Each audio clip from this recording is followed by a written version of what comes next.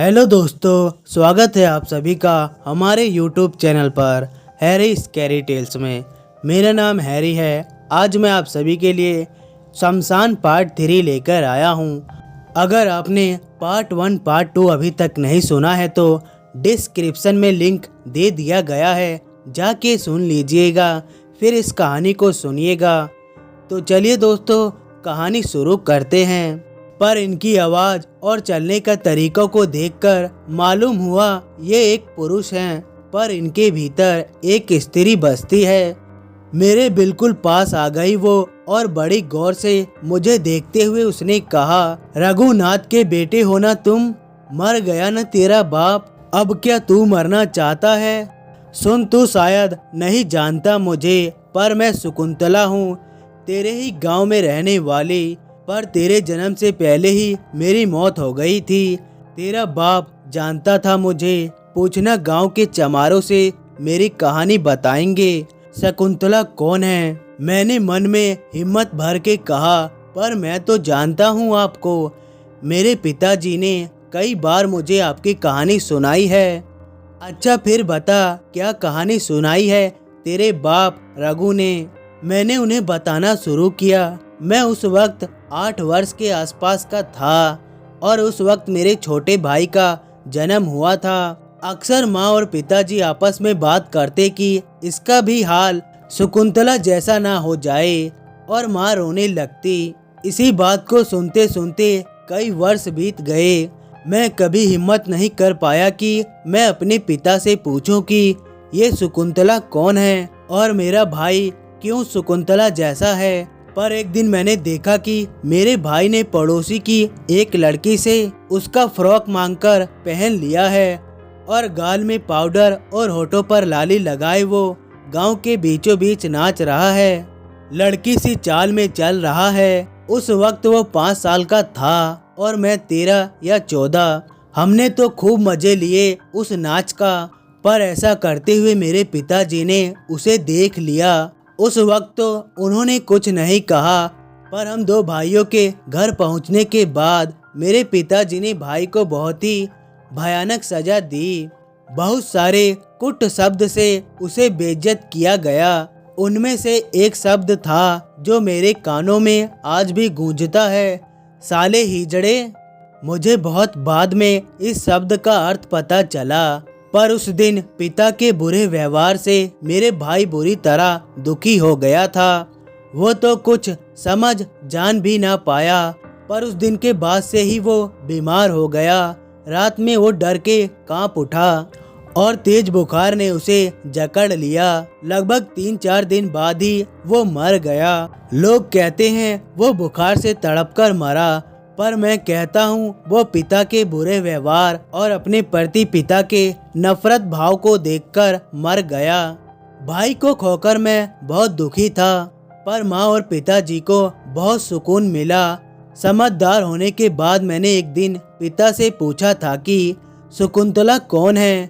क्यों मेरे भाई का शकुंतला जैसा होना आपको इतना खटकता था? उसके बाद पिताजी ने अपनी कहानी बताई। उन्होंने बताया कि शंकर गांव के मुखिया जी का एक लौता बेटा था। शंकर के बचपन के दिन तो लड़के के रूप में गुजरे, पर जवान होने के बाद उसने सबको बताया कि वो लड़का नहीं लड़की है। बस फिर क्या था, गांव वाले मुखिया जी पे भड़क उठे। हार्मोन का ये खेल जो एक पुरुष के अंदर एक स्त्री को जन्म देता है, या स्त्री के अंदर एक पुरुष जीता है। गांव वाले इस खेल को समझ नहीं पाए और मेरे पिता भी तो नहीं समझ पाए ईश्वर के इस अनोखे खेल को। गांव वालों ने शंकर का नाम बदलकर मुखिया जी के बेटे का नाम शकुंतला कर दिया। गांव के लोगों ने समझा कि मुखिया जी ने जानबूझकर अपने बेटी को बेटा बनाया, ताकि मुखिया का पद वो अपने बाद अपने ही परिवार को दिला सकें। मुखिया जी इस हादसे से इतने दुखी हो गए कि उन्होंने शकुंतला को अपने परिवार से बेदखल ही कर दिया। पर इसके बाद भी शकुंतला ने गांव के लिए बहुत कुछ किया। उसने मुफ्त में गांव के बच्चे को पढ़ाया लिखाया और वो चाहती थी कि गांव में उसके नाम का एक स्कूल खुले पर लोगों ने ये होने नहीं दिया, क्योंकि मुंह पर तो गांव वाले उसे शकुंतला दीदी कहते थे, पर पीठ पीछे उसे लोग हिजड़ा कहा करते हैं। उसका मजाक बनाया करते थे। शकुंतला ने बहुत कोशिश की और उसने अपने नाम के स्कूल के लिए सरकार से भी इजाज़त भी ले ली। वो चाहती थी गांव में सरकारी मान्यता पर एक स्कूल खुले जिसका नाम शकुंतला देवी माध्य विद्यालय हो, पर गांव के मंचलों ने बार बार स्कूल को बनने से पहले ही तोड़ दिया। एक ईंट की दीवार खड़ी होती तो उसी रात दीवार तोड़ दी जाती। अंत में शकुंतला हार गई। उसका व्यवहार भी पहले से बहुत बुरा हो गया। हमेशा खुश और लोगों के बीच में रहना पसंद करने वाली शकुंतला अवसादग्रस्त हो गई। उसने खुद को सबसे दूर कर लिया और फिर एक सुबह उसे अपने किराए के घर में मृत्यु पाया गया। लोगों ने उसे इसी शमशान में जला दिया। पिताजी कहते हैं अगर मेरा भाई जिंदा रहता और बड़ा होता तो शायद उसकी भी कहानी शकुंतला जैसी ही बन जाती। मुझे इस बात का बेहद अफसोस है कि मौत के दरवाजे पर जाने से पहले तक मैं पिताजी को ये समझा नहीं पाया कि हिजड़ा शब्द कोई शर्मनाक चीज नहीं है। ये इतनी ही प्राकृतिक है जितने एक स्त्री और एक पुरुष शब्द। मैंने कई बार उन्हें वैज्ञानिक तरीकों से भी समझाने की कोशिश की, पर मरते मरते तक उन्हें पछतावा नहीं हुआ कि उन्होंने ही और उनके ही बुरे व्यवहार ने उनके छोटे बेटे की जान ले ली। इतना कहने के बाद मुझे अपने छोटे भाई की याद ने रुला दिया। अपने जीवन के 5 साल मैंने उसके साथ गुजारे थे। मेरे आंसुओं ने शकुंतला पर एक अच्छा असर डाला और अब तक खूंखार रूप धारी किए शकुंतला अचानक काफी दयालु हो गई। उसने बताया कि जीने के बाद मृत्यु काल के दौरान उसे आज पहली बार कोई ऐसा इंसान मिला जो उसे समझ पाए, उसकी भावनाओं को समझ पाए। उसने बताया कि मरने के बाद भी लोगों के साथ रहने के लिए उसकी यह इच्छा खत्म नहीं हो पाई। वो इस शमशान में भी आत्माओं को अपने साथ रखने लगी। कई बार बहुत सी आत्मा आजाद होना चाहती थी, पर उनको अपना खतरनाक रूप दिखाकर उनको डरा धमकाकर शमशान में ही रहने को मजबूर किया, सिर्फ इसलिए कि वो लोगों के बीच में रह सके। इसलिए जब मैंने शमशान की 2 आत्माओं को मुक्त किया तो यह बात शकुंतला को अच्छी नहीं लगी। उसे लगा कि इसी तरह तो एक दिन शमशान खाली हो जाएगा, फिर वो किसके साथ रहेगी। पर अब उसका दिल बदल चुका था। उसे लगा जिस झूठी चाह में वो खुद को मुक्त करना ही नहीं चाहती है, वो चाहत ही गलत है। उसने बताया कि वो मेरी बच्चियों को छोड़ देगी, पर बदले में मुझे उसका एक काम करना होगा, उसके बाद ही वो मुक्त हो पाएंगी। मुझे नहीं पता वो क्या इच्छा रखती है, मुझे नहीं पता वो जो काम देगी मैं उसे पूरा कर पाऊंगा या नहीं, पर मुझे अपनी बच्चियां हर हाल में चाहिए। इसलिए बगैर कोई सवाल पूछे ही मैंने उसे हाँ कह दिया। बदले में उसने मुझसे कहा कि बच्चियां शमशान के द्वार में बेहोश पड़ी हैं, मैं उन्हें घर ले जाऊं और कल रात में आकर मैं उसे इसी जगह मिलूंगा। पर अगर मैं अपनी बात से मुकरा तो वो पूरे गांव को बर्बाद कर देगी। बच्चियों के शमशान के बाहर होने की खबर ने मेरे अंदर ऊर्जा भर दी। मैं दौड़ते दौड़ते शमशान के बाहर पहुंचा, जहां जुगनू की रोशनी में धरती की गोद में लेटी मुझे 2 मासूम परियां नजर आई। एक मानवी और दूसरी मेरी लाडो, बिल्कुल सुरक्षित, दोनों नींद की आगोश में थी। मैंने अपने दोनों बाजुओं से उन दोनों परियों को गोद में लिया, घर की तरफ चल पड़ा। मन में खुशी थी दोनों बच्चियों को सही सलामत पा लेने की। मन में डर था कि शकुंतला की शर्त पूरी कर पाऊंगा या नहीं, और मन में उलझन थी कि होश में आने के बाद मैं बच्चियों को क्या जवाब दूंगा कि शमशान में उनके साथ क्या हुआ। खैर ये सब कल ही पता चलेगा। मानवी आज मेरे ही घर रुकी थी। मैंने पत्नी को बताया कि मेरी दुकान पर ही दोनों बच्चियां सो गई, इसलिए वो जाकर मानवी के पिता उज्जीवन को बता आए कि मानवी आज यहीं रुकेगी। सुबह मेरी नींद दोनों बच्चियों के खुरपुर से खुली। दोनों ही किसी सपने पर चर्चा कर रही थी। मैं जाग गया था, पर सोने का नाटक कर मैं दोनों बच्चियों की बातों को सुनने लगा। मानवी बोली, कल मैंने मेरी माँ को सपने में देखा। पहली बार वो मुझे गले से लगाकर प्यार कर रही थी। मैंने माँ को पान भी खिलाया। शायद मैं पहली बार शमशान में गई थी ना, इसलिए मेरी माँ सपने में आई। मुझे अब बहुत अच्छा महसूस हो रहा है। मेरी लाडो बोली, अरे हाँ मानवी, मैंने भी सपने में तुझे और तेरी माँ को बात करते हुए देखा। तेरी माँ कितनी सुंदर थी रे। पर पता नहीं क्यों मुझे ऐसा लग रहा जैसे वो सपना ना होकर सच था। सब कुछ याद है मुझे। मानवी ने कहा, हम दोनों ने एक ही जैसा सपना देखा। हम दिन भर खेलते हैं ना, इसलिए सपने भी एक जैसा ही आ रहा है। पता नहीं कब हम दुकान पर ही सो गए। मेरी लाडो ने कहा, हाँ फिर बाबा हमें घर ले आए। शायद बहुत रात हो गई थी। आज फिर चलना तू, ठीक है? बाबा की दुकान के समोसे तो तूने खाए ही हैं। आज चलेगी ना मानवी? मानवी ने कहा, हाँ चलूंगी, अगर नंदू ताऊ कहेंगे तब। चल अब मैं जा रही हूँ घर, वैसे भी दादी नाराजी होंगी। ये कहकर मानवी अपने घर की तरफ दौड़ पड़ी और मेरी लाडो भी अपनी माँ की मदद करने रसोई की तरफ चल पड़ी। और मैं अब नाटक बंद कर हंसते हंसते पागल हो गया। बच्चियाँ कितनी भोली हैं, कितनी आसानी से दोनों ने मेरी उलझन को खत्म कर दिया। खुशी खुशी मैंने चाय नाश्ता किया और बाजार की तरफ चल पड़ा। आज दुकान में कई सारी चीजों की खरीदारी करनी थी। बारिश की वजह से न मैं बाजार जा पा रहा था, न ही कोई शमशान की तरफ आ रहा था। दोपहर तक मैं बाजार से लौटा। घर आने के बाद खाना खाकर फिर दुकान पर जाने की तैयारी करने लगा। इसी बीच सुखू दौड़ता हुआ मेरे घर आया और हाफते हाफते उसने मुझसे कहा, नंदू चल जल्दी चल, शमशान में 2 लाश आई हैं और बहुत बड़ा दल भी आया है। उन्हीं में से एक ने मुझे तुम्हारे पास भेजा है। सबके लिए चाय नाश्ते की व्यवस्था करनी है। अधिकतर मौत हम में से सभी को दुखी कर देती है, पर कभी कभी शमशान में लाश आने की खबर मुझे खुशी देती है। हालांकि शमशान में किसी को न आना पड़े, यही दुआ मैं सबके लिए करता हूँ। पर मौत ऐसी चीज है जिसे हम नाकार नहीं सकते।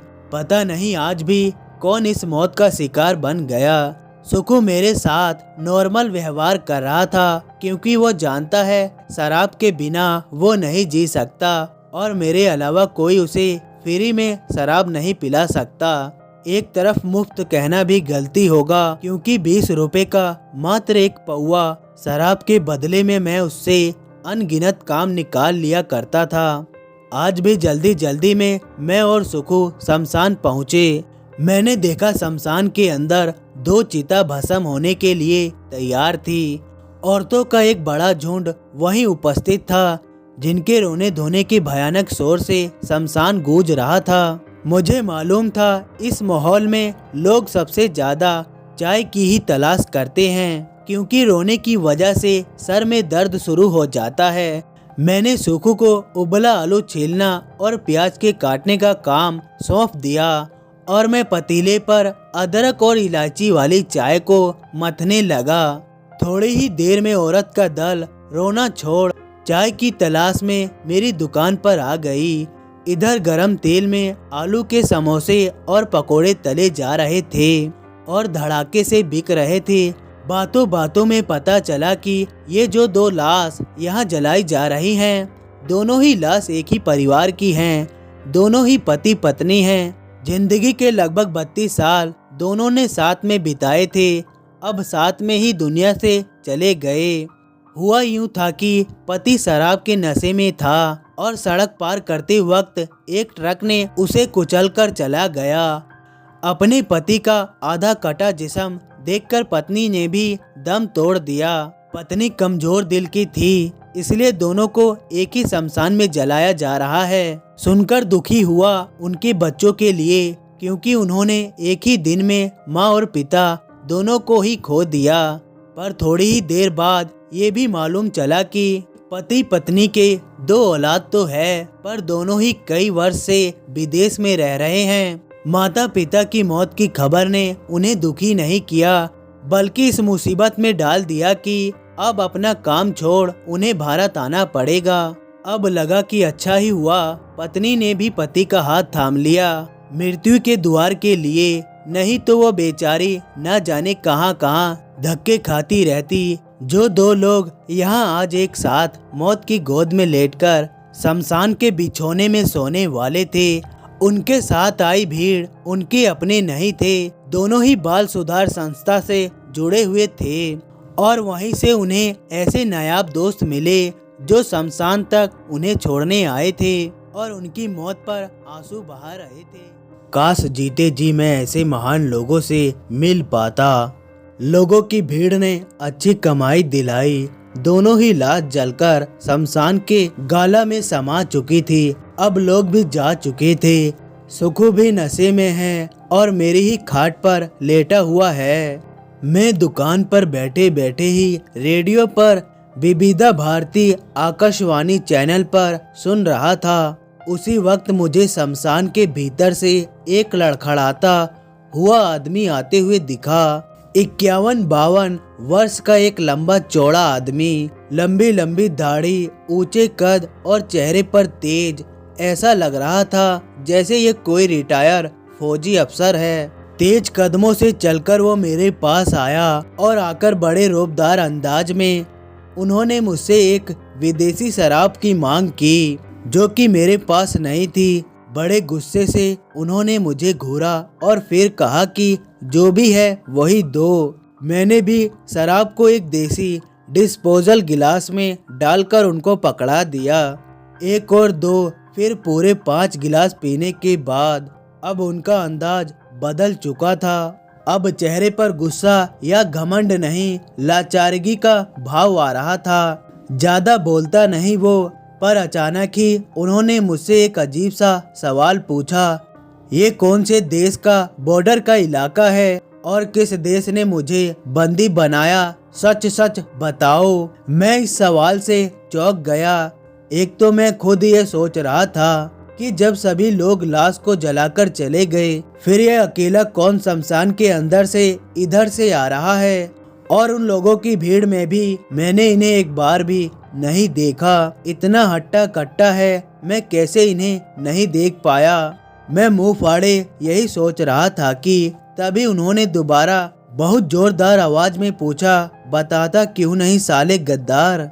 मैं डर गया और याद करने की कोशिश करने लगा कि आखिर मैंने इसके साथ कौन सी गद्दारी की, क्योंकि अभी अभी तो मैंने उसे बगैर अभी तक पैसे लिए 5 गिलास शराब पिला दी, जो कि मेरे हिसाब से पूरे 100 रुपए की होती है। अपने डर और गुस्से को 80% छुपाते हुए मैंने उनसे कहा कि भैया, पहली बात ये है कि ये कोई बॉर्डर एरिया नहीं है। छोटा सा गांव का एक छोटा सा शमशान है, पर गांव शहर से पास होने की वजह से यहाँ अधिकतर शहर की लाश लोग ले आते हैं। और आप जहाँ खड़े हैं वो शमशान की दुकान है, जिसे नंदू की दुकान कह सकते हैं। नंदू यानी मैं। अब आप ये बताइए कि मैंने आपके साथ कब गद्दारी की और आप यहाँ इतनी रात में क्या कर रहे हैं? आपको पता होना चाहिए कि शमशान घाट एक खतरनाक जगह है। हर कोई यहाँ रात दिन मेरी जैसा पड़ा नहीं रह सकता। इसलिए कह रहा हूँ, जहाँ से भी आप आए हैं वहीं चले जाइए। रात के वक्त यहाँ ठहरना ठीक नहीं है, पर हाँ, जाने से पहले मेरे 100 रुपए देकर ही जाना, नहीं तो दिन भर का मुनाफा इस नुकसान के आगे छोटा पड़ जाएगा। मैं इतना बोलकर चुप ही हुआ था कि आंख रगड़ते हुए सुखू भी दुकान के चौखट पर आ पहुंचा और पूछने लगा, क्यों हल्ला कर रहा है नंदू? इसलिए मैं तेरे साथ यहाँ नहीं ठहरता। तू अजीब भूतों वाली हरकत क्यों करता है बे? मैंने उससे कहा कि सुखू, तुझे दिखाई नहीं देता क्या मैं इस भोले आदमी से बात कर रहा हूँ? सुखू ने नजर घुमाकर चारों तरफ देखने के बाद कहा कि मुझे तो कोई नहीं दिखता, क्यों मजाक कर रहा है? मैंने देखा वो आदमी अब भी मेरी दुकान के सामने ही खड़ा है, पर यह सुखू को क्यों नहीं दिखता। अब मुझे चीज कुछ दूसरे तरीके से समझ आने लगी। कहीं ये शमशान में आई कोई नई आत्मा तो नहीं। मैंने सुखू को एक और पौवा दारू पिलाकर वापस सोने को बोल आया और उन्हें लेकर मैं शमशान की ओर भीतर आ गया। मैंने उन्हें शमशान में पड़े काले पत्थर पर बैठाया और उनसे उनका परिचय मांगा। बड़े गर्व भाव से उन्होंने बताया कि वो एक रिटायर आर्मी अफसर हैं। उनकी पत्नी है और उनके 2 बेटे हैं जो अमेरिका में अच्छे पद पर जॉब करते हैं। और रिटायर होने के बाद उन्होंने पत्नी के साथ मिलकर उन्होंने बाल विकास संस्था खोली जो बच्चों के भीतर अच्छा व्यवहार पैदा करती है, बच्चों को देश के प्रति प्रेम सम्मान करना सिखाती है और भी कई तरीके से मुफ्त एक्टिविटी सिखाती है जो बच्चों के भविष्य में काम आती है।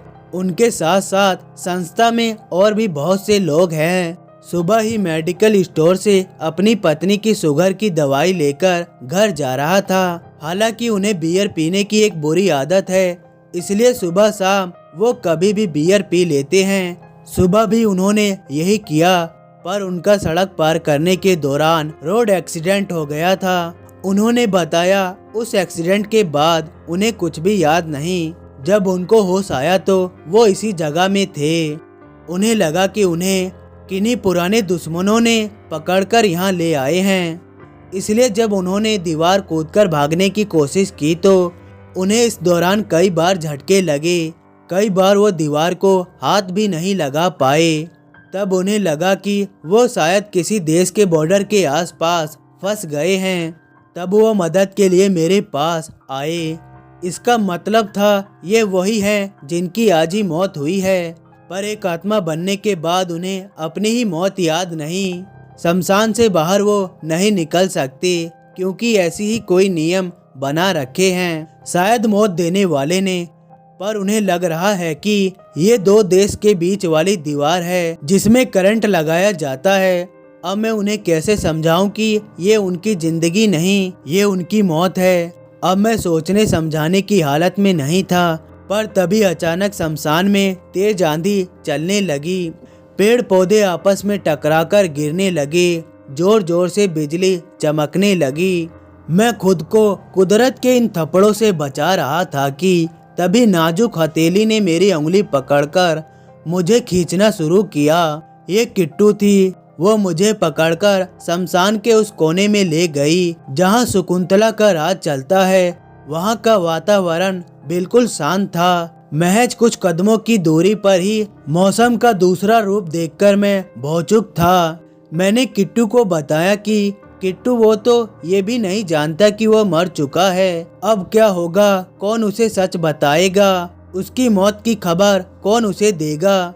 किट्टू ने कहा कि मुझे इसकी परवाह नहीं करनी चाहिए। इसके लिए आसमान से कुछ देवदूत आते हैं जिसे लोग यमदूत कहते हैं। यही लोग उन्हें बताते हैं कि उनके साथ क्या हुआ। अचानक किसी दुर्घटना से मरने वाले ज्यादातर लोग अपनी मौत को आसानी से स्वीकार नहीं कर पाते। तब उन्हें दोबारा सारी चीज दिखाई जाती है जो उनके साथ हुई, ताकि वो अपनी मौत को अपनी आंखों से देखकर उसे अपना लें। वहाँ की आंधी देवदूत के आने का आदेश दे रही थी, इसलिए मैं आपको यहाँ ले आई। आज आपको शकुंतला की शर्त सुननी है।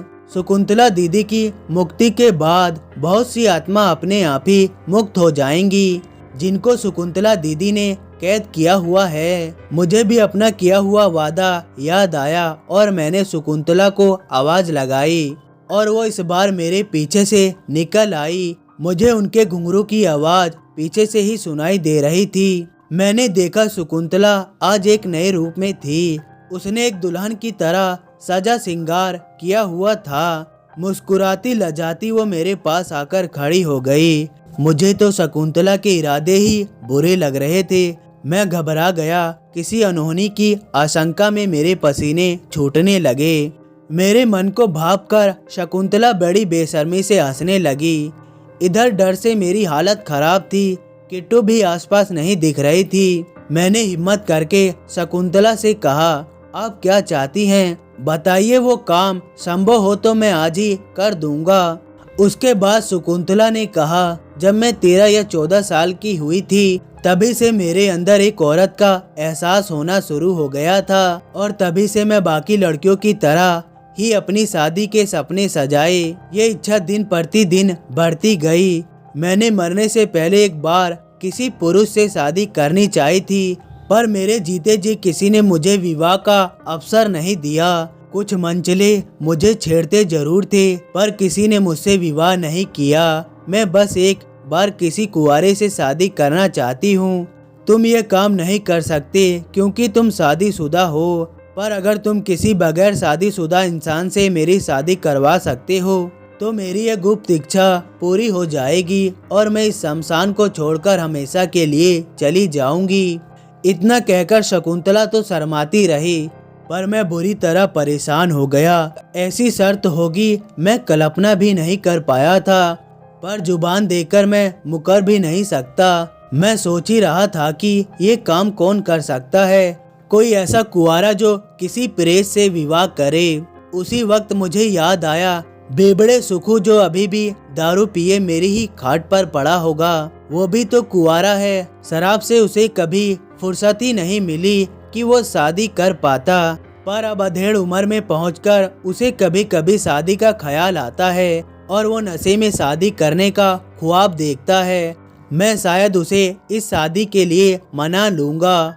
यही सोचकर मैं शकुंतला से यह कह आया कि आप शमशान को फूलों और जुगनुओं से सजा कर रखिए। चांद जब शमशान के सर के ऊपर होगा तब यहाँ एक विवाह होगा, शकुंतला संग सुखू। पर मैं नहीं जानता ये बात सुखू हजम कर पाएगा या नहीं। मैं चल पड़ा दुकान की ओर सुखू को ले आने, और शकुंतला ने आदेश जारी कर दिया शमशान को विवाह मंडप में बदलने को। मैं शकुंतला से वादा कर दुकान की तरफ चल पड़ा। रास्ते में ही किट्टू मुझे मिल गई। वो भी जानती थी मैं कितना हताशा हूँ, इसलिए वो भी उदास थी।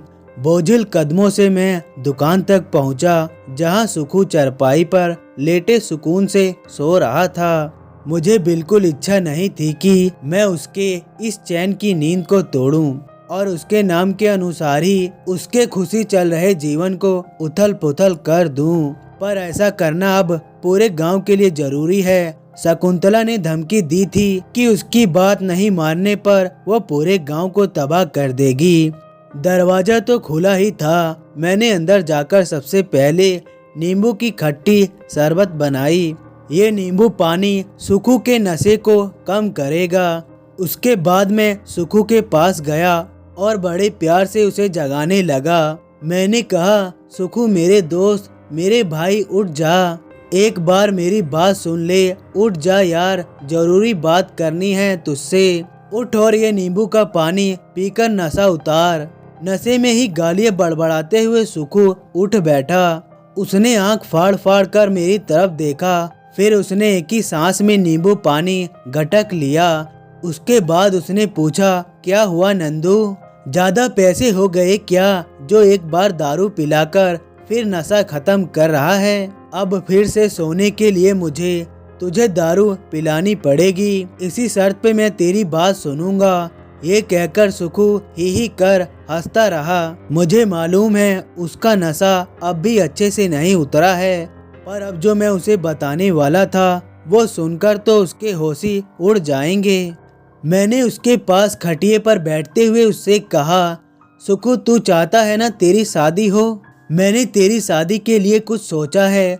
ऐसी शादी होगी तेरी कि पूरा शमशान ही जाग उठेगा। तू बस हाँ कर दे। तेरी शादी होने से ही गांव और गांव वाले सुरक्षित होंगे। तुझे ये त्याग करना ही होगा सुखू। इतना कहकर मैं उसका मुंह ताकने लगा, उसके जवाब का इंतजार करने लगा। पहले तो उसने सर को अच्छे से हिलाया, जैसे दिमाग पर नशे को वो झाड़ कर भगा रहा हो। फिर उसने मुझसे सवाल करना शुरू किया, अबे नंदू के बच्चे, मुझ जैसे बुढ़े की शादी से भला किसका भला होगा बे? और तू पूरे गांव की बात कर रहा है। दूसरी बात, अगर मुझे शादी करनी ही होगी तो मैं इस शमशान को क्यों सजाऊंगा, गांव को सजाऊंगा ना। मुझे शमशान की भूतनी से थोड़ी ना शादी करनी है। अब ये बात कि तुझे कोई लड़की मिली है क्या? मैंने बोला देख सुखू, अब जो मैं तुझे बताऊंगा उसे सुनकर पागल मत बनना, न ही उस बात का मजाक बनाना। मैं अपने चारों बच्चों की कसम खाकर कहता हूँ, जो कहूँगा सच कहूँगा। तो सुन, पिछले कुछ दिनों से मेरी बात शमशान की एक नन्ही सी आत्मा से हो रही है। उसने ही मुझे शमशान के दर्द से रूबरू करवाया है। उसे उसके अपनों ने ही मार डाला। बहुत ही दुखी है वो। मैं जानना चाहता हूँ कि उसके साथ क्या हुआ, इसलिए मैंने उससे पूछा कि वो मुझे बताए कि उसके साथ क्या हुआ था। पर उसने कहा कि पहले मुझे शमशान की दूसरी तकलीफों को खत्म करना होगा, इसलिए मैं तब से किसी न किसी रूह की मदद कर रहा हूँ।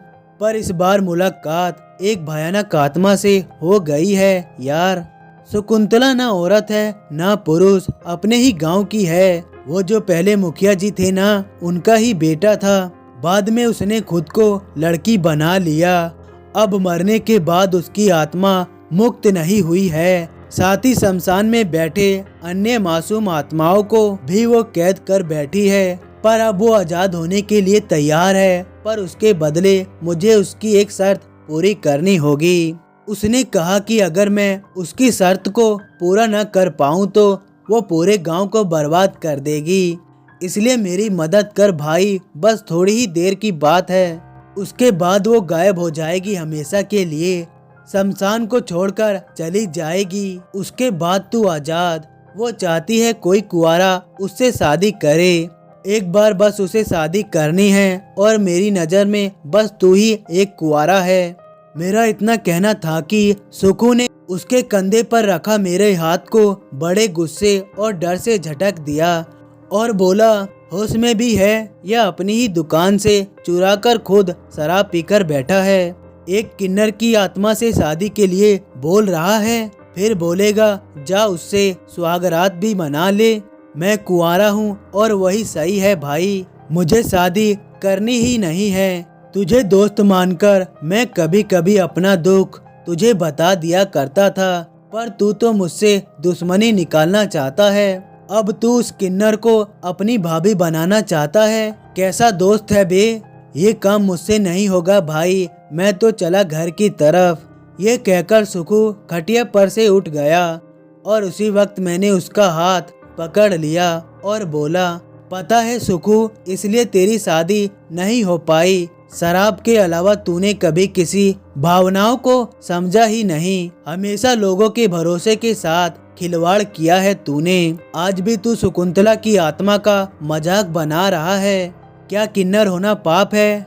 नहीं, किन्नर का भी वजूद है, उनकी भी इच्छा होती है, वो भी सपने देखते हैं। तुझे नहीं करनी ना शादी, मत कर। क्या होगा, ज्यादा से ज्यादा उसकी आत्मा गुस्से में आकर शमशान की राख पार कर देगी और गांव के लोगों पर अपना गुस्सा निकालेगी। वो लोगों के परिवार के सदस्य को मारेगी, लोगों के बच्चों को मारेगी। पर इससे तो तुझे क्या, तेरे पास कौन सा परिवार है, कौन से तेरे बच्चे हैं? पर तुझे कुछ ना कुछ करना ही पड़ेगा। मैं कुंवारा होता तो कोई दिक्कत ही नहीं होती, पर याद रख, मेरा बड़ा बेटा अभी जवान है। मैं जा रहा हूँ, उसे ले आऊंगा।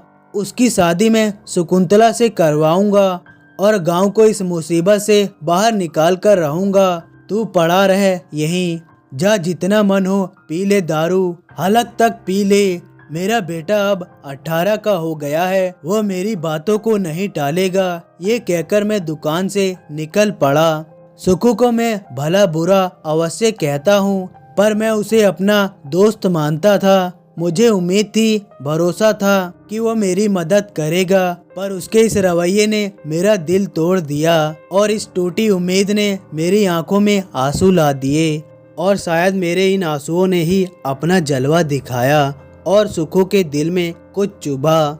उसने मुझे पीछे से आवाज लगाई, रुक जा नंदू, इधर आ, चल मैं कर लेता हूँ उससे शादी। मेरी तो अब वैसे भी शादी नहीं होने वाली, पर मेरी वजह से अपने बेटे की जिंदगी बर्बाद मत कर। तुझे पता है ना, एक शादी के बाद दूसरी शादी करने के लिए कितने नियमों का पालन करना होता है। फिर अगर ये बात गलती से भी गांव में फैल गई तो फिर बेटे की शादी में कितनी ही असुविधा होगी। मेरी शादी नहीं हुई तो क्या हुआ, तेरा बेटा मेरा भी बेटा है। चल अब मैं शकुंतला से शादी करने को तैयार हूँ।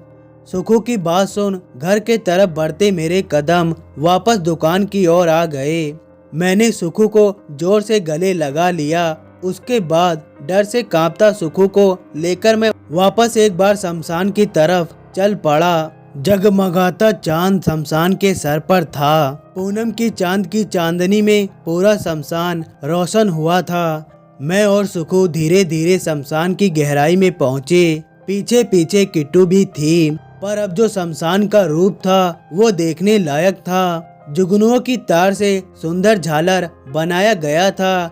हालांकि गौर से देखने पर मुझे जुगनुओं को कैद किए हुए कुछ इंसानी रूह दिखाई पड़ती है, जिन्होंने मजबूरन जुगनुओं को जलना और ट्यूबलाइट बनने पर मजबूर किया हुआ है। बेला के सुगंधित फूलों ने शमशान के सुंदरता पर चार चांद लगा दिए हैं। सुखू शमशान का ये रूप आंख फाड़ फाड़ कर देख रहा था। एक बार तो मैंने उसके चेहरे पर नए नए बने दूल्हे का भाव भी देखा, जो बहुत ही जल्दी खौफ में बदल गया जब मैंने उसे मर्द के रूप में सजी धजी एक दुल्हन शकुंतला दिखाई पड़ी। मेरे साथ सुखू को देखकर वो समझ चुकी थी कि यह उसी का होने वाला दूल्हा है। खैर पता नहीं किन भूतिया मंत्रों के उच्चारण से सुखू और शकुंतला का विवाह संपन्न हुआ। इसी बीच सुखू तो डर कर कांपता रहा, पर शकुंतला बहुत खुश थी। वो ख्वाहिश जो उसके जीते जी पूरी ना हुई थी, वो उसके मरने के बाद आखिरकार पूरी हो गई। इसकी खुशी उसके चेहरे पर साफ दिखाई दे रही थी। शमशान में रहने वाली हर अच्छाई बुरी आत्मा उनके ऊपर फूलों की बरसात कर रही थी। विवाह संपन्न होने के बाद शकुंतला एक नई नवेली नवविवाहित की तरह शर्माती हुई मेरे पास आई और मुझसे बोली, नंदू गांव की लड़कियों का ख्याल रखना। मुझे लड़कियों से बहुत प्रेम है, क्योंकि मेरे इस मर्दाना जिस्म के भीतर एक लड़की ही बसती है। मैं जा रही हूँ और अपने साथ उन अनगिनत आत्माओं को भी ले जा रही हूँ जिन्हें मैंने यहाँ कैद कर रखा था। इस शमशान में बहुत से साल बर्बाद हो गए। अब ईश्वर मुझे कौन से रूप में जन्म देगा मैं नहीं जानती, पर मेरी बस ईश्वर से यही प्रार्थना है कि जब भी वो किसी किन्नर को इस दुनिया में लाएं, उससे पहले दुनिया वालों को ये समझा दे कि किन्नर भी इंसान ही हैं, उन्हें भी हक है इस दुनिया में चैन से जीने का। मैं जा रही हूँ, पर जाने से पहले मैं अपने पति के साथ कुछ पल अकेले बिताना चाहती हूँ। तुम चले जाओ, तुम्हारा दोस्त सही सलामत तुम्हारी दुकान पहुँच जाएगा। मैंने शकुंतला की बात मानी और वहाँ से निकल पड़ा। किट्टू मेरी उंगली पकड़े मुझे दुकान तक पहुँचा आई। शमशान से सुखू को अकेला छोड़कर आते वक्त मुझे सुखू के लिए डर भी था, और सुखू की तो जानी हलक तक आ गई थी, पर मैं जानता हूँ शकुंतला धोखा नहीं देगी। दुकान आकर मैं सुखू का लौटने का इंतजार करता रहा। सुखू के इंतजार में एक बार भी मेरी पलक नहीं झपकी। मैं दरवाजे पर बैठा ही सुखू का इंतजार कर रहा था। अब थोड़ी ही देर में सुबह होने वाली थी। मुझे अब सुखू की चिंता सताने लगी। पता नहीं शादी के बाद शकुंतला की कौन सी ऐसी इच्छा भी है जो सुखू के साथ पूरा करना चाहती है, वो भी अकेले में। मैं दरवाजे पर बैठा ही था कि तभी मुझे शमशान की ओर से बदहवास भागकर दुकान की तरफ आता हुआ सुखू दिखाई पड़ा। उसके मुंह से ये बोल निकल रहे थे, सच कह रहा हूँ मैंने नहीं देखा तुम्हारी पत्नी को, मैंने नहीं देखा। आखिर इस तरह सुखू क्यों भागकर आ रहा है? क्या शकुंतला नहीं गई? क्या उसने ही सुखू को इस तरह भगाया है? मैं अभी भी इन्हीं सवालों में खोया था कि तभी सामने सुखू आ गया, पर वो बगैर मेरे पास आए सीधा दुकान के अंदर चला गया। उसके पीछे मैं भी दौड़कर दुकान के अंदर गया तो सुखू बुरी तरह मुझसे लिपट गया। अब भी वो यही बड़बड़ा रहा था, मैंने नहीं देखा नंदू उसकी पत्नी को, मैंने नहीं देखा। मैं नहीं जानता, किसी श्रद्धा को उससे बोल देना वो मुझे तंग ना करे। सुखू तू किसकी बात कर रहा है? देख कोई नहीं है हमारे पीछे, देख तो। मेरा इतना कहने के बाद धीरे धीरे सुखू ने नजर उठाई और चारों तरफ बड़ी बारीकी से देखने लगा। जब उसके दिल को यकीन हुआ कि वाकई वहाँ हम दोनों के अलावा कोई नहीं था, तो उसने राहत की सांस ली और मुझे छोड़कर खटिया पर जा बैठा। मैं तुरंत उसके लिए पानी का एक गिलास ले आया और एक ही घूंट में उसने पूरा गिलास ही गटक लिया। अब मुझसे और बर्दाश्त नहीं हो रहा था। मैं जानना चाहता था कि मेरे शमशान से दुकान लौटने के बाद वहाँ सुखू के साथ आखिर क्या हुआ, कौन उसके पीछे था जिससे वो बुरी तरह डरा हुआ था। मैंने सुखू के पास बैठे हुए उससे पूछा, तुम ठीक हो ना? शकुंतला ने कुछ बुरा तो नहीं किया? अभी कौन था तेरे पीछे, बताओ मुझे सुखू। उसने कहा, मैं ठीक हूँ यार। शकुंतला चली गई और अपने साथ शमशान भी खाली कर गई। बस मुझे सांस लेने दे, फिर बताता हूँ सब। हाय भगवान का शुक्रिया, शकुंतला चली गई, उसे मुक्ति मिल गई। इस तरह शमशान से एक और डरावना दर्द खत्म हुआ। पर जब लगभग सभी आत्माओं को शकुंतला के साथ ही मुक्ति मिल गई, तो फिर सुखू के पीछे कौन था जो अचानक ही गायब हो गया? सांस लेने के बाद सुखू ने बताया, मेरे जाने के बाद शकुंतला ने सुखू को अपने पास बैठने को कहा और उससे हर वो बात की जो एक पत्नी एक पति से करती है। दोनों ने अपने मन के सुंदर एहसास एक दूसरे के साथ साझे किए। सुबह की पहली रोशनी के साथ ही उसने मुझसे अलविदा कहा और सफेद रोशनी फैलने के बाद बहुत सी आत्मा उस रोशनी में खो गई।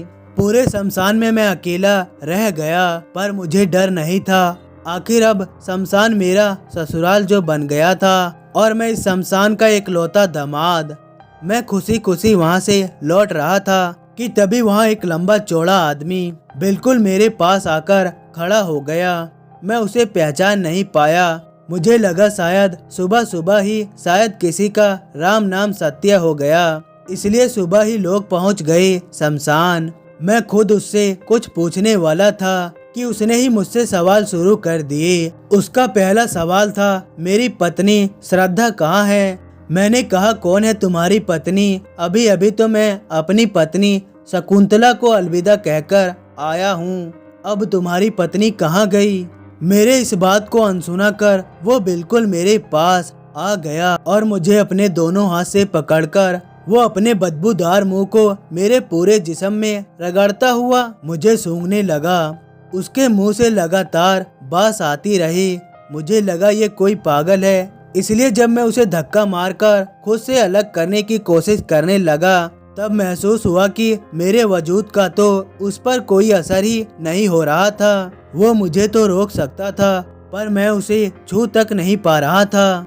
मैं बस उसे देख पा रहा था, उसकी बातें सुन पा रहा था और उसके जिस्म से निकलने वाली बदबू को मैं सूंघ पा रहा था। मैं उसके चंगुल से खुद को आजाद करना चाहता था, पर मैं ये नहीं कर पा रहा था। मुझे अच्छे से सूंघने के बाद वो दोबारा कहने लगा, सुन, तू तो जिंदा है, तुम ही कह दो मेरी पत्नी कहाँ है? ये साले मुर्दे कहते हैं मैं और मेरी पत्नी दोनों ही मर गए। चलो मैंने ये भी मान लिया, जब मेरी आत्मा इस शमशान में ही है तो फिर मेरी पत्नी कहाँ है? जब वो मरते वक्त मुझे अकेला नहीं छोड़ पाई तो मौत के बाद क्या उसकी आत्मा मुझे अकेला छोड़ देगी? मेरी मदद करो, मुझे बस एक बार बता दो मेरी पत्नी श्रद्धा कहाँ है? मैं मरते वक्त भी उससे आखिरी बार नहीं मिल पाया, उससे कुछ कह नहीं पाया, पर अब मैं कहना चाहता हूँ उससे कि जीवन के ज्यादातर दिनों में हम एक दूसरे से दूर जरूर रहे, पर मेरी सांस उसकी मुस्कान से चलती रही। मेरी दुनिया उसके दिए हुए बच्चों से आबाद रही। मैं उससे कह नहीं पाया कभी, पर अब मैं उससे कहना चाहता हूँ कि मैंने उसे बहुत प्रेम किया। जिस्म मेरा कठोर था, पर मेरे मन के अंदर प्रेम था। मैंने उम्र भर बस उसी से ही प्रेम किया है। मैंने कभी जीते जी प्रेम का इजहार नहीं किया, पर अब मैं उसे कहना चाहता हूँ, श्रद्धा मेरी पत्नी, मैं तुमसे प्यार करता हूँ। जब जुदाई के पलों में मैं उसे छोड़ के घर से निकल जाया करता था, वो रो रो कर अपना हुलिया बिगाड़ लेती थी। पर मैं उसके पास एक भी आंसू नहीं गिराता। मैं मुंह फेरकर सरहद पर लौट जाता। वो समझती रही मेरे भीतर दिल ही नहीं है। पर अब मैं उसे बताना चाहता हूँ कि उसके आंखों से ओझल होने के बाद मैंने भी उसके और बच्चों की याद में अनगिनत आंसू बहाए हैं। मैं कभी उसकी तारीफ नहीं कर पाया। मैं उसे ये भी नहीं बता पाया कि उसके चेहरे पर उड़ती उसकी लट मुझे सुबह की रोशनी में भी मदहोश कर देती थी। काम के वक्त जब वो तंग होकर अपने आंचल को खींचकर कमर के कोने में खोस देती थी, उस वक्त मेरी नजर उसकी पतली कमर के सुंदरता और नाजुकता में खो जाती थी। मेरा मन होता कि मैं उसी वक्त जाकर उसकी कमर को पकड़ उसे अपनी बाहों में खींच लूं, पर तभी मेरी नजर अपने छिले पड़े कठोर हाथों की तरफ जाती और मेरा दिल कह उठता, मेरे कठोर हाथ उसके कोमल जिस्म के लायक नहीं। अतरंग के उन पलों में भी मैं उसे अपना प्रेम जता नहीं पाया। वो अपनी जिम्मेदारी समझकर मेरे साथ सो जाती थी, खुद को मेरे कठोर हाथों में सौंप देती थी। पर संतुष्ट के उन पलों के बाद भी मैं उसे मुंह फिरा सिसकता हुआ सुनता रहता था।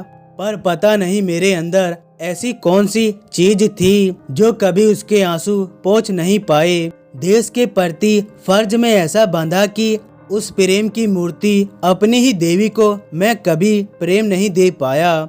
मैं जीते जी कभी अपनी पत्नी से दिल खोलकर बात नहीं कर पाया, पर अब करना चाहता हूँ। मैं कभी उसे बता नहीं पाया मैं उससे प्रेम करता हूँ। मेरी बात करा दो मेरी पत्नी से, कोई तो कह दो उससे मैं उससे बिछड़ने से टूट गया हूँ। इतना कहते कहते वो काफी कमजोर सा हो गया और मेरे प्रति उसकी ढिलाई होते ही मैं उसके चंगुल से निकल भागा। पर वो कभी मेरे आगे कभी पीछे अचानक ही आ जाता। अब तो मैं समझ चुका था ये भी कोई भटकती हुई आत्मा है, पर मैं नहीं जानता इसकी पत्नी कहाँ है। इसलिए मैं उसे बार बार कहता रहा और भागते भागते किसी तरह यहाँ तक पहुँच गया। इतना कहने के बाद सुखू खुद रो पड़ा। मैं समझ चुका था ये वही है जिसे कल रात में मिला था, जो यह तक नहीं मान रहा था कि उसकी मृत्यु हो गई है। सुखू आगे कहने लगा, नंदू आखिर आदमी क्यों अपनी मजबूरी के दिनों में, जिंदगी के पलों में एक पत्नी की कदर नहीं करता। हमेशा खुद को अपनी पत्नी से ताकतवरी समझता है। पत्नी की मन की बातों को अर्थहीन बात कहते हैं। उसे प्यार से एक नजर नहीं देखते, पर जीवन के आखिरी पलों में जब वो शरीर से कमजोर हो जाती है तो उसे बस उसकी पत्नी ही जरूरी होती है। मैंने सुखू के कंधे पर हाथ रखते हुए कहा, चिंता मत कर यार, आज रात ही मैं इस गुत्थी को सुलझाऊंगा। पत्नी की आखिरी मुलाकात के लिए तरसते उस दुखी देश के शहीद वीर लाल को यकीन दिलाना ही होगा कि उसकी पत्नी इतनी अच्छी थी। बगैर कोई शिकवा किए वो सीधा ईश्वर के पास चली गई और पत्नी से उसे आखिरी मुलाकात के लिए उसे फिर एक बार जन्म लेना होगा। तू घर जा, वैसे भी तेरा वो मुंह बोला बेटा तुझे ढूंढ रहा होगा। उसे भी बता कि उसकी माँ का नाम शकुंतला है। शाम में अगर फिर से उससे मिलना है जिसके सवालों से डरकर तू भाग रहा था तो आ जाना। वैसे भी आज रविवार है तो स्कूली बच्चे आएंगे यहाँ हुड़दंग मचाने और मुफ्त में जलेबी उड़ा जाएंगे। आज मैं भी घर जा रहा हूँ, शाम को आऊँगा। सुखू और मैं साथ साथ दुकान को बंद कर शमशान से बाहर निकल गए। आज का पूरा दिन मेरे परिवार के लिए है। मैं हाथ में कल शाम की बची हुई जलेबी लिए घर की तरफ आ रहा था कि तभी जमीन पर बैठी एक बूढ़ी काकी से मुलाकात हो गई। वो फूल बेचती है। शमशान में आए लोग अक्सर लाश पर चढ़ाए जाने वाला फूल माला यहीं से लिए जाते हैं, पर सुबह इस फूल वाली काकी की दुकान पर भीड़ भगवान पर चढ़ाए जाने वाले फूल की बिक्री से ही होती है। मैंने भी काकी से आज एक सुंदर गुलाब का फूल खरीद लिया। मैं जा रहा हूँ घर। कोशिश करूँगा इस सुंदर गुलाब की मदद से मैं भी अपनी घरवाली को अपने दिल की बात जीते जी कह पाऊँ, ताकि मौत के बाद हम दोनों के दिल में ये शिकायत न रह जाए। हे भगवान, इतनी ताकत देना कि मैं अपनी भोली भाली पत्नी को आज कह पाऊँ आई लव यू कुसुम। हाथ में लाल गुलाब लिए जब मैं घर पहुंचा तो लाख छुपाने के बावजूद उस गुलाब को मैं अपनी लाडो की होशियारी आंखों से नहीं बचा पाया। वो दौड़ आई और मेरे हाथों से लाल गुलाब लेकर चहक उठी। उसकी नज़र में उसके बाबा पर और बाबा की चीजों पर सबसे ज्यादा अधिकार उसी का था। वैसे भी उसकी नज़र मेरे हाथों में पकड़े थैले पर ही होती है, क्योंकि मेरे थैले में हमेशा जलेबी तो उसी के लिए होती है। लाल गुलाब लेकर शायद वो मानवी के पास दौड़कर गई और मेरे साथ ले गई मेरी वो ख्वाहिश भी कि मैं उसकी माँ को लाल गुलाब से अपने प्यार का इजहार करूं। खैर, अब बस हाथ में कल की बची जलेबी थी और मैं जानता हूँ सच्चे प्यार के इजहार के लिए आशिक लाल गुलाब के मोहताज नहीं होते। मैंने भी जलेबी को एक प्लेट में डाला और अपनी पत्नी के पास चला गया, जो इस वक्त आंगन के कुएं में बैठकर कपड़े धो रही थी। मैं उसके पास जाकर बैठ गया और जलेबी से भरी प्लेट को उसकी तरफ बढ़ाया तो उसने इसके जवाब में अपने साबुन लगे हाथ मुझे दिखाए। बस अब क्या था, मैंने भी इस मौके का फायदा उठाया और एक एक कर जलेबी के टुकड़े बड़े प्यार से उसे निहारते हुए उसके मुंह में डालता रहा। वो शर्माती रही और चबर चबर की आवाज से नरम पड़ चुकी जलेबी खाती रही। जलेबी खत्म हुई तो मैंने अपने हाथों से उसके होठों को साफ किया, पर चाहकर भी वो कह नहीं पाया वही अंग्रेजी 3 शब्द। पर आज मैं इशारे में कुसुम से वो सब कह गया जो सालों से कभी नहीं कह पाया। इन इशारों का ये असर हुआ कि पत्नी सारे दिन खुश रही। पहले की शुरुआत दिनों में जैसे वो चाहती थी वैसे ही चहकती रही। पूरे घर में पायल पहन वो संगीत फैलाती रही। मेरे ही पसंद का खाना बनाया। अभी शाम नहीं हुई थी। मैं और पत्नी बच्चों के साथ आंगन में बैठे चाय के मजे ले रहे हैं। पत्नी एक एक कर सभी बच्चों के जन्म के वक्त के किस्से सुना रही थी। तभी दौड़ा दौड़ा सुखू आया। वो साइकिल में था। उसने जल्दी से मुझे अपने पास बुलाया और बताया कि शमशान में कांड हो गया है, चल जल्दी। अब ये क्या नया तमाशा है। मैं सुखू के साथ साइकिल में बैठकर शमशान की तरफ रवाना हो गया। रास्ते में सुखू ने बताया कि शमशान में सुबह के वक्त कुछ बच्चे आए थे जो लगभग हर रविवार आते हैं। ज्यादातर मेरी दुकान हर रविवार खुलती रहती थी, पर आज बुरे सहयोग से बंद थी। उन्हीं बच्चों के साथ बुरा हादसा हो गया। ये बहुत बुरा हुआ। शमशान के मुख्य दरवाजे पर ही मुझे अच्छी खासी भीड़ दिखाई पड़ी। ये भीड़ थी बच्चों के परिवार की। पास जाकर पता चला शमशान में आए बच्चों के झुंड से 2 बच्चे लापता हैं। बाकी के 3 बच्चे बुरी तरह घायल हैं। 13 से 15 साल के बीच के 5 बच्चे आए थे आज। ये पास के ही शहर से आते हैं और लगभग हर रविवार ही आते हैं। यही तीरंदाजी की प्रैक्टिस करते हैं। शमशान बड़ा और खाली है, इसलिए इन बच्चों को यहाँ अपने असुविधा जगह मिल जाती है। हालांकि मैं जानता हूँ बच्चे बहुत शैतान हैं। शमशान के भयानक रूप को छेड़ते हैं हमेशा।